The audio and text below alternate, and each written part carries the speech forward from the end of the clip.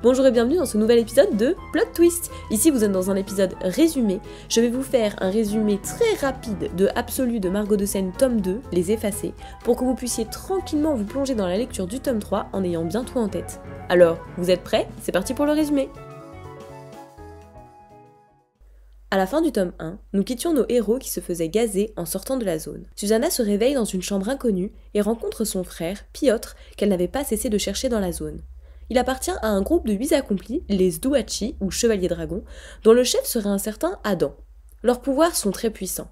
Cassandra peut se balader dans la mémoire des autres, Piotr est habité par le chaos et a la capacité de ressentir et d'exacerber les émotions, Roman traverse les murs, Adrian peut se cloner, et enfin Elsbethia est métamorphe. Ils se disent l'inconscient prêt à s'ouvrir sur la conscience, et ça fait un peu secte. Edward, quant à lui, se retrouve avec d'autres mobilisés dans une sorte de centre médicalisé. Il décide de créer un groupe solidaire avec Raina, Kaya et Nawel. Surpris de sa nouvelle position sociale, il réalise que ses compagnons respectent son avis et même le placent en leader de leur petit groupe. Alexander a rejoint la société d'Eryth après une visite de son cher papa, le général Borowski, qui n'est pas ravi de le savoir parmi les survivants. Il est chargé de l'insertion des accomplis dans la société. En effet, 3 accomplis ont été sélectionnés par le conseil d'Eryth comme figure de proue de la réinsertion des ex-mobilisés. Prime, pour l'image publique, Olympia, dans la brigade d'élite de l'armée, et Lise, comme protectrice du général Borowski père. Frustrés dans leurs nouvelles positions respectives, au moins Alexander et Lise sont ensemble dans la même maison. Malheureusement, ils doivent aussi cohabiter avec Elias, le petit frère maléfique d'Alexander, alors qu'il tente en secret de retrouver la trace de Mykolaï. De son côté, Prime a accepté d'endosser le rôle de héros du peuple, guidé par Alicia, sa community manager personnelle. Inquiet du sort de ses amis, on lui assure qu'ils sont tous en sécurité et que s'il parvient à donner une image positive au peuple de Eryth, ils pourront tous être réinsérés. Lors de sa première parade officielle, une terrible explosion éclate au milieu de la foule. C'est un attentat organisé par les fils de Belobog, des anarchistes qui vivent en marge de la société. C'est la première attaque de cette envergure. La guerre civile est déclarée. La tête pleine de questions, Susanna, elle, interroge Piotr, qui lui en apprend plus sur son passé.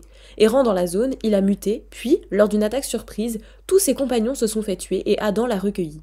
En revanche, sur le présent, il reste flou, en assurant qu'il n'a aucune info, mais San le suspecte de mentir. Au détour d'une balade nocturne, elle tombe sur Adam dans sa bibliothèque, qui lui explique son but. Pour lui, les accomplis devraient être acceptés dans la société et devenir une norme, un peu comme Professeur Xavier dans les X-Men qui rêve d'une société où les humains et les mutants vivraient en harmonie. Lise et Alexander cherchent des informations sur Miko aux archives nationales, mais font chou blanc. Côté cœur, Alexander déclare à Elias qu'il n'a pas une once de sentiment pour Lise, en espérant la protéger de la folie malsaine de son frère. Malheureusement, c'est pas très efficace parce qu'Elias continue de la harceler sexuellement et le cœur de Lise est brisé. Prime, de son côté, passe à l'institut où il a grandi et retrouve Alborn avec joie. Son père de cœur est heureux de le retrouver, mais lui colle un petit taquet en le traitant de pantin manipulé par Eryth. Prime est perplexe et Alborn lui glisse une petite montre à gousset qui aurait auparavant appartenu à sa mère. Secouée par les propos de Alborn, Prime demande à Alicia un moyen de contacter Edward qu'elle accepte en lui proposant d'échanger avec lui par écrit. Au bout de quelques messages, on comprend que c'est une supercherie, mais Prime est un peu plus naïf que nous et ne se pose pas encore de questions. Ses nuits sont pleines de cauchemars peuplés de lys, son inconscient essayant de lui rappeler l'existence de Susanna, sans succès. De son côté, San apprend que Adam est l'un des 3 créateurs de la chose. Il dit parler 1000 langues, avoir créé les accomplis et posséder le don de métempsychose, c'est-à-dire de déplacer son âme dans le corps d'un autre. Elle apprend à maîtriser son don et devient officiellement un Zduachi en adoptant leur tatouage sur la joue, un symbole alchimique représentant une lune sur un triangle en équilibre sur une croix. Edward passe un examen médical mystérieux auquel il obtient un score de 35% et se retrouve séparé de Nawel, Raina et Kaya. Envoyé au front pour protéger Eryth contre les fils de Belobog, il retrouve Olympia affectée à son bataillon. Horrifié des atrocités qu'on les force à commettre, ils décident d'organiser leur évasion. Dans leur fugue, Olympia insiste pour emmener un fils de Belobog prisonnier, Liba, dont elle a tué la petite sœur et qu'elle souhaite sauver pour se racheter. Après une terrible course-poursuite et une sale nuit, particulièrement pour Edward qui perd sa main gauche, il se réfugie chez les fils de Belobog qui sont bien loin des monstres décrits par les autorités. Prime et toute la petite famille Borowski accompagnée de Lise se retrouvent à l'occasion d'un gala.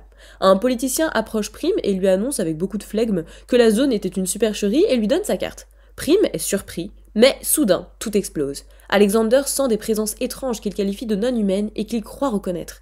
Malheureusement, les auteurs de l'explosion disparaissent dans la fumée. Lorsque celle-ci se dissipe, Alexander découvre avec effroi le cadavre de sa mère, baignant dans une flaque de sang.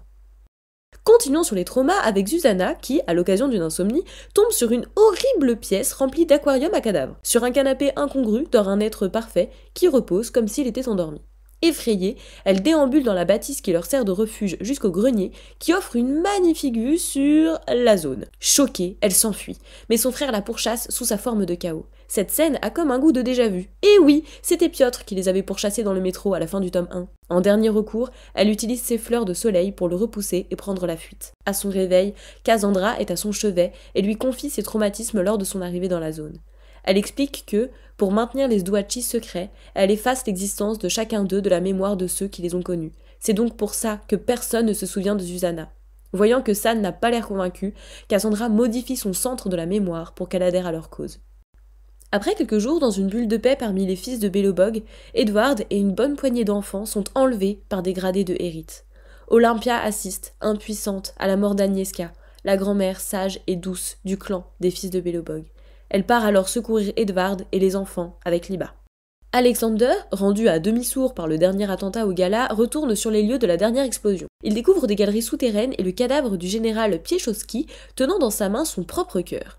Remarquant une présence autour de lui, Alexander parvient à repérer le vrai Adrian parmi ses clones et le tue. De son côté, Liz fracasse le crâne d'Elias et ça fait un bien fou. Déverrouillant un doma des archives nationales, elle découvre où Miko est retenu prisonnier et télécharge plusieurs fichiers relatifs à la zone. Pendant ce temps, Prim comprend qu'il discute avec un faux Ed et découvre que Alicia est la fille de Narcisse, l'un des 3 créateurs de la chose, et que lui-même n'est autre que le fils de Adam Loss et Oliuka Ostrow. La tête pleine de questions, Prim découvre une clé d'accès au journal de bord de Johanna, cachée dans la montre à gousset qu'Alborn lui avait offert quelques jours plus tôt. Johanna en savait bien plus que ce qu'on pensait. Elle se doutait qu'elle et Prim seraient mobilisés et que l'existence de la zone reposait sur un mensonge. Les derniers mots de son enregistrement sont révélateurs. Elle s'adresse directement à Prim en supposant qu'un jour, il l'écoutera. Quelque chose cloche avec le vaccin. Je ne sais pas pourquoi on nous vaccine, mais ce n'est pas pour nous protéger des maladies. À la toute fin, Alborn s'est lui-même enregistré et indique à Prim qu'il trouvera des réponses auprès de sa mère. De leur côté, les Sduaci se rendent à Tellum pour voler le corps, une sorte de batterie nécessaire au plan de Adam. Elsbethia, qui s'était infiltrée dans les hautes sphères de Hérite en usurpant l'identité du général Piechowski, les rejoint. Ils attendent Adrian, l'amour de sa vie, mais on sait qu'il ne les rejoindra pas, car il a été tué par Alexander. Ils finissent par se rendre à l'évidence et font route jusqu'au MP Laboratory où ils entrent dans une explosion et volent le corps.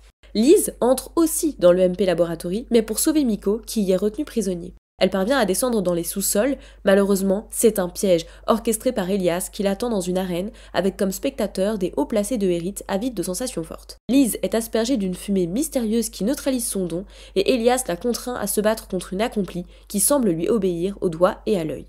Alors que Liz parvient à prendre le dessus, une explosion retentit, ce sont les Sduaci, si vous avez bien tout suivi, et Alexander débarque pour lui sauver la vie. Sous le coup de l'adrénaline, ils se déclarent leur amour et sauvent Miko, qui a vécu les dernières semaines attachée à un lit, à revivre en boucle ses visions cauchemardesques. Prim, lui, s'est échappé et a perdu toute foi en Hérite. Il se sent profondément trahi et flirte dangereusement avec la dépression nerveuse. Dans sa fuite, il a tué un gradé de sang-froid au beau milieu de la rue et ne semble pas culpabilisé plus que ça. C'est alors qu'il retrouve San, occupé à s'échapper du MP Laboratory avec les autres Sduaci.